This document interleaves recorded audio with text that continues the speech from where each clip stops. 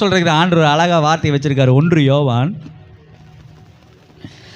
2வது அதிகாரம் அந்த வசனத்தை வாசிக்கிறேன். என் பிள்ளைகளே, நீங்கள் பாவம் செய்யாதபடிக்கு இவைகளை உங்களுக்கு எழுதுகிறேன். எதுக்கு எழுதுறாரு? சத்தமா பேசுங்களே. பாவம் செய்யாதபடிக்கு இதை எழுதுறேன்.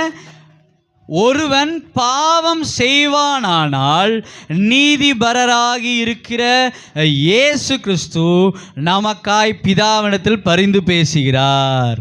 நம்முடைய பாவங்களை நிவர்த்தி செய்கிற கிருபாதல பலி அவரே. அல்லேலூயா, ஆமீன் சொல்லுங்க. எவ்வளோ பேர்த்துக்கு இந்த வசனமும் இதுவும் புரியுது? சார், யாரும் நம்மளை குறை சொல்ல, அவருடைய கண்கள் நம்மளுக்கு கிருபை கிடைக்கணும்னா யாரும் என்ன பண்ணக்கூடாது? குறை சொல்ல.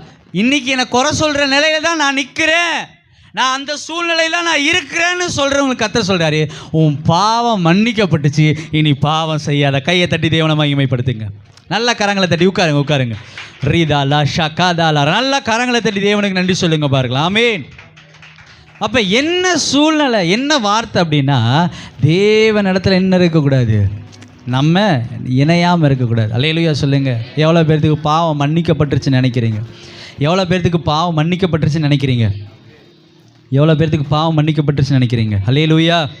கைகளை உயர்த்தி அல்லேலூயா. அப்போ முதல் காரியம் பிளேம்லெஸ்ஸாக இருக்கிறார்.